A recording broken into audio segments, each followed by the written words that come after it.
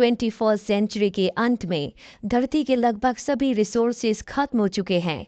इसीलिए धरती से एस्ट्रोनॉट्स की एक टीम को दूसरे प्लेनेट जिसका नाम नेपच्यून है वहां भेजा जाता है ताकि वो दूसरी दुनिया के एलियंस को ढूंढ सके जो कि बहुत ज्यादा इंटेलिजेंट हो, बहुत ज्यादा एडवांस हो और वो धरती को बचाने में इंसानों की मदद कर सके। 16 साल बाद वो टीम नेपच्यून प्लेनेट के पास पहुंच जाती है, जिसके बाद अर्थ से उनका कनेक्शन पूरी तरह से टूट जाता है और अब सबको लगता है कि वो पूरी की पूरी टीम मारी जा चुकी है। साथ ही अब धरती के वातावरण से एक अजीब सी वेव बार बार टकरा रही होती है जो धरती के वातावरण को नुकसान पहुंचा रही है। और अब इस घटना को पूरे 29 साल बीत चुके हैं जब नेपच्यून प्लेनेट के लिए इंसानों की टीम गई थी। वहीं हमें धरती की ऑर्बिट के बाहर एक स्पेस स्टेशन को दिखाया जाता है जहाँ पर एक एस्ट्रोनॉट काम कर रहा होता है जिसका नाम रॉय है। और तभी वो एनर्जी वेव जो बार बार कई सालों से धरती को नुकसान पहुंचा रही है वो स्पेस स्टेशन से टकराती है, जिससे पूरा का पूरा स्पेस स्टेशन तबाह हो जाता है। और रॉय जो कि बाहर काम कर रहा होता है उस वेव के टकराने की वजह से वो नीचे गिर जाता है। स्पेस स्टेशन भी पूरी तरह से तबाह हो जाता है और अब रॉय अंतरिक्ष से धरती की कक्षा में आ जाता है। वो लगातार धरती की तरफ गिरना शुरू हो जाता है। वो अपना पैराशूट खोल देता है जिससे वो अर्थ पर एक दूसरी कंट्री में लैंड हो जाता है। हालांकि रॉय के अलावा कोई भी नहीं बचा होता। ये एक बहुत बड़ा चमत्कार होता है क्योंकि इतनी ऊपर से कभी भी कोई पैराशूट से बच नहीं सकता। हालांकि रॉय बच चुका है लेकिन उसे देखकर लगता है कि उसकी जिंदगी में कभी कोई खुशी नहीं थी। वो हमेशा उदास रहता है और जिस वजह से उसकी पत्नी ने भी उसे छोड़ दिया था। दरअसल आज से कई साल पहले नेपच्यून प्लेनेट की तरफ जो एस्ट्रोनॉट्स की टीम गई थी उनको लीड करने वाले और कोई नहीं बल्कि रॉय के पिता थे, जो कि एक बहुत बड़े वैज्ञानिक, बहुत बड़े एस्ट्रोनॉट थे जो नेपच्यून में जाकर इंटेलिजेंट लाइफ को ढूंढना चाहते थे। इसीलिए वो उस प्रोजेक्ट में जिसका नाम लीमा था, उस प्रोजेक्ट में कई एस्ट्रोनॉट्स के साथ वहां गए। लेकिन ये एक ऐसा प्रोजेक्ट था जो वन वे था, यानी कि उस प्लेनेट पर जाए तो जा सकता था लेकिन वहां से आने का उनके पास कोई भी रास्ता नहीं था। जिस वक्त उसके पिता गए थे रॉय बहुत छोटा था। उसके पिता उसकी मॉम को उसे छोड़कर चले गए थे। रॉय अपने पिता से बहुत प्यार करता था और जब उसके पिता की टीम का कांटेक्ट अर्थ से पूरी तरह से टूट गया तो उसे बताया गया कि उसके पिता अब जिंदा नहीं है, वो मारे जा चुके हैं। जिसके बाद रॉय बहुत उदास हो गया। उसके मन में सिर्फ एक सूनापन रह गया था जो आज भी बरकरार है। अब रॉय को उसकी टीम अपने पास बुलाती है और उसे बताया जाता है कि जो एनर्जी वेव तुम्हारे स्पेस स्टेशन से टकराई थी जिससे एक्सीडेंट हुआ था वो नेपच्यून प्लेनेट से आई थी। हमें लगता है कि तुम्हारे पिता अब भी जिंदा है। वॉर से निकलने के 16 साल बाद नेपच्यून प्लेनेट पर पहुंच गए थे, जिसके बाद हमारा कांटेक्ट उनसे टूट गया। लेकिन आज पूरे 29 साल हो चुके हैं और उनके पहुंचने के बाद से एनर्जी वेव्स धरती पर आना शुरू हो गए। हमें लगता है कि वहां पर वो कुछ ना कुछ एक्सपेरिमेंट्स कर रहे हैं और अगर वो इसी तरह से करते रहे तो हम अपनी धरती को खो देंगे। इसीलिए हमने तय किया है कि तुम एक टीम के साथ मार्स प्लेनेट पर जाओ जहाँ से तुम नेपच्यून प्लेनेट पर अपने पिता से कॉन्टैक्ट कर सकते हो और तुम्हें इन सब चीजों को उन्हें रोकने के लिए कहना होगा। अब रॉय भी मान जाता है क्योंकि वो अपने पिता से मिलना चाहता है, वो उनसे बहुत प्यार करता है। इसीलिए वो टीम के साथ मार्स पर जाने के लिए तैयार हो जाता है। लेकिन सबसे पहले इन्हें मून पर जाना होगा। यहाँ पर कर्नल भी उसके साथ आते हैं। दरअसल वो उसके पिता के पुराने दोस्त हैं। मून पर लैंड करने के बाद इन्हें मून पे ही दूसरी तरफ अपने स्पेस कॉम तक जाना था, लेकिन रास्ते में ही इनके ऊपर यहाँ स्पेस पायरेट्स ने, इन्हीं डाकुओं ने हमला कर दिया, जिसकी वजह से रॉय के काफी सारे साथी मारे गए और रॉय भी जख्मी हो गया। फाइनली ये लोग मून के स्पेस कॉम तक पहुंच गए, लेकिन वहां जाकर देखा कि रॉय के बूढ़े साथी की भी तबीयत अब बहुत ज्यादा खराब हो चुकी थी। वो आगे मार्स तक का सफर कंटिन्यू नहीं कर सकते थे, इसलिए उन्होंने अपने आप को यहीं पे रोका। रॉय को एक सीक्रेट चिप और मैसेज दिया और यहाँ पर उन्होंने बताया कि वो लोग नेपच्यून रॉय के डैड को रोकते नहीं जा रहे बल्कि एक सीक्रेट मिशन पे जा रहे थे जहाँ उन्हें रॉय के डैड के एक्सपेरिमेंट को वहीं पर तबाह करना था, चाहे रॉय के डैड वहाँ जिंदा हो या ना हो। ये सुनकर रॉय को बहुत ज्यादा दुख हुआ, लेकिन फिर उसने मिशन कंटिन्यू कर लिया। लोगों को अब आगे मार्स पे जाना था। मार्स के रास्ते में इनके करीब एक और स्पेस स्टेशन इन्हें मिलता है। रॉय के कैप्टन वहां जाने का फैसला करते हैं क्योंकि वहां के स्पेस स्टेशन से ये लोग अपनी सप्लाईज पूरी कर सकते थे। यहाँ जाने पे उन्होंने देखा कि ये स्पेस स्टेशन तो बिल्कुल खाली है, यहाँ इन्हें कोई इंसान नहीं मिला। तो स्लैब में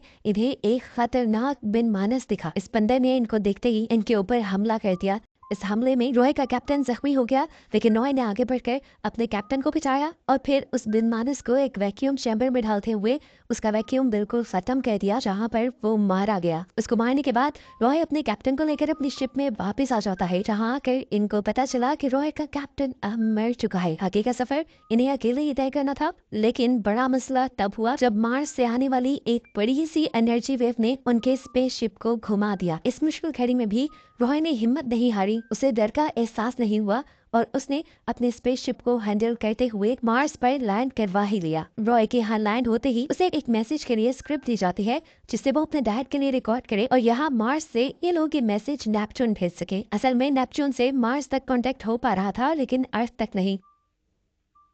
रॉय की पहली रिकॉर्डिंग नेपच्यून भेज दी जाती है, लेकिन नेपच्यून से उसके डैड का कोई रिप्लाई नहीं आता। ये देखते हुए दूसरे मर्तबा रॉय बहुत इमोशनल होकर रिकॉर्डिंग करता है। स्क्रिप्ट के बजाय वो अपनी दिल की बातें अपने डैड से कहता है और मैसेज सेंड कर देता है। हालांकि बाकी एस्ट्रोनॉट इस मैसेज को सेंड करने के खिलाफ थे, क्योंकि इसमें बहुत सारे इमोशंस थे और एस्ट्रोनॉट्स की लाइफ में इमोशंस की कोई जगह नहीं। अब स्क्रिप्ट वाला मैसेज ना बोलने की वजह से रॉय को इस मिशन से निकाल दिया जाता है और वापस अर्थ पर भेजने की तैयारी शुरू कर दी जाती है। इससे पहले कि रॉय अर्थ के लिए निकल जाता, उसके किए हुए इमोशनल मैसेज की वजह से उसके डैड का रिप्लाई आ जाता है। रॉय को अपने डैड की आवाज सुननी थी, वो मैसेज सुनना था, लेकिन बाकी एस्ट्रोनॉट रॉय को वो मैसेज सुनने नहीं देते। यहाँ अब मार्स के स्पेस स्टेशन की डायरेक्टर से मिलती है। उन्होंने रॉय को पहली मर्तबा देखा था। वे पूछती हैं, क्या तुम्हें उन वेव्स के बारे में पता है जो लगातार इस स्पेस स्टेशन से व जमीन से टकरा रही हैं? तुम जानते हो उसकी वजह से मेरे काफी लोग मारे गए। रॉय उसकी इस बात का जवाब नहीं देता और जब वहाँ से जाने ही वाला होता है तो डायरेक्टर से पूछते हैं, तुम जानते हो कि तुम्हारे डैड के साथ क्या हुआ था? उसकी बात सुनकर रॉय रुक गया। डायरेक्टर ने अब उसे उसके डैड की एक वीडियो दिखाई जो काफी साल पहले उन्हें रिसीव हुई थी। इस वीडियो में रॉय के डैड सबको बता रहे थे कि उन्हें एक बहुत बड़े प्रोजेक्ट के लिए यहाँ नेपच्यून पर भेजा गया था। इनकी रिसर्च बहुत अच्छी चल रही थी, लेकिन रॉय के डैड के बाकी सारे साथी अकेले रह रहकर यहाँ पे साइकोलॉजिकली वीक हो गए। यहाँ की जिंदगी उन्हें बेकार लगने लगी और उन्होंने अर्थ पर वापस जाने का फैसला किया। लेकिन रॉय के डैड अपने सफर में इतने आगे निकलकर वापस जाना नहीं चाहते थे, क्योंकि वो कैप्टन थे।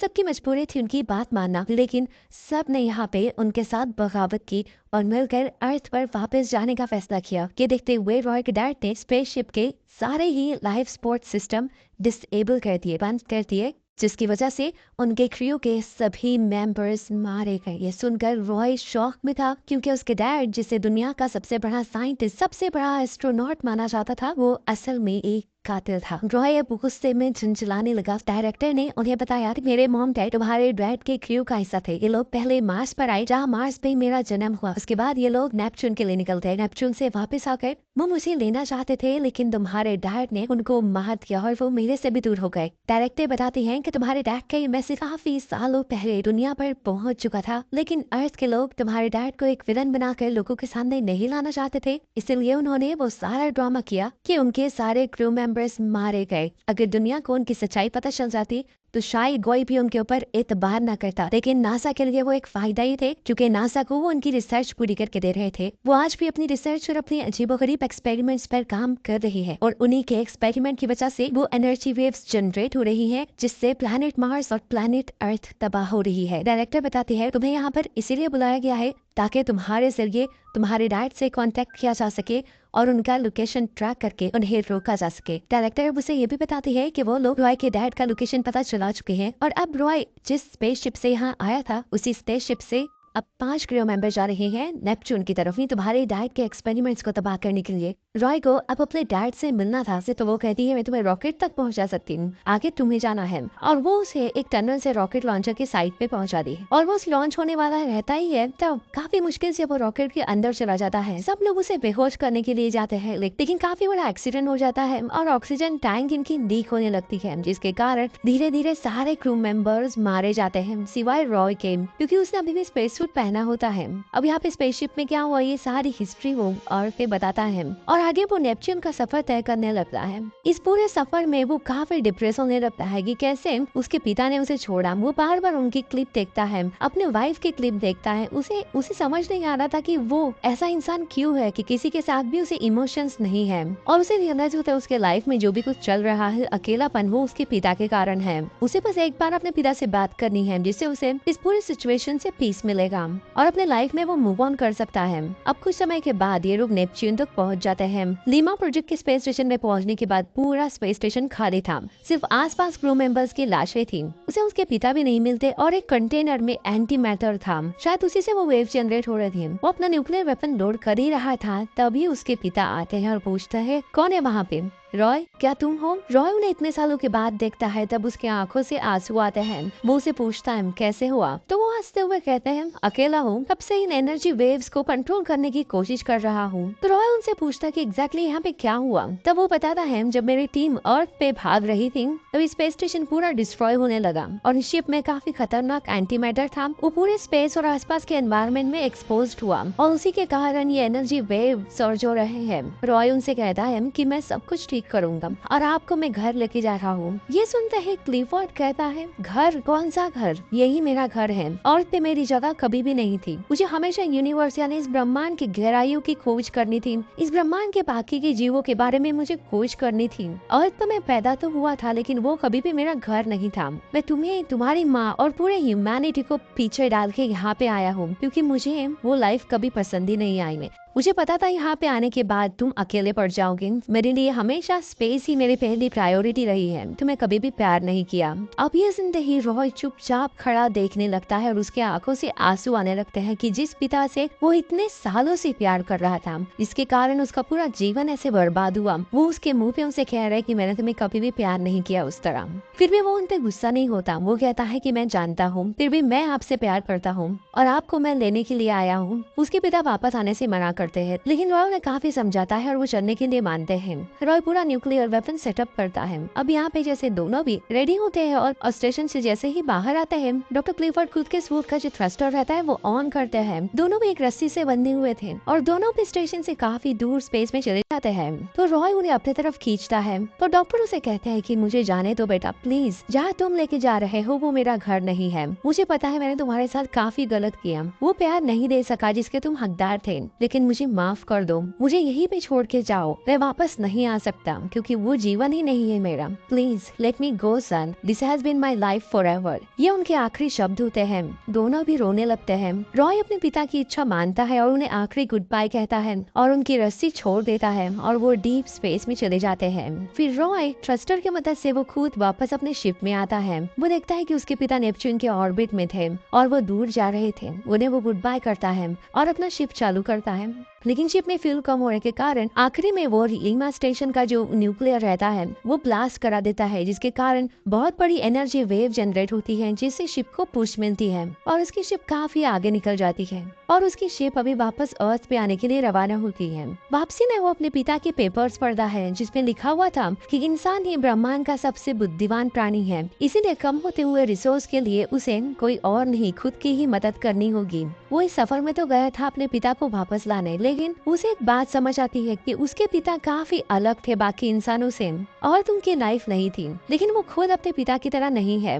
उसे इस पूरे हादसे से जीवन के लिए एक प्यार, जीवन की अहमियत पता चल गई थी। इसीलिए जब वो पूरे ऑपरेशन के बाद अपने घर आता है तब अपनी वाइफ के साथ वापस जुड़ जाता है। वो अपने पत्नी से कहता है कि मैं पहले जैसा था वैसा नहीं हूँ। मैं जिस पल का इंतजार कर रहा था अपने पिता से मिलना, वो मैं उनसे मिल चुका और मुझे पता चल गया है कि मैं उनकी तरह नहीं हूँ। अब से मैं अपनी छोटी छोटी खुशियों को महसूस करूंगा।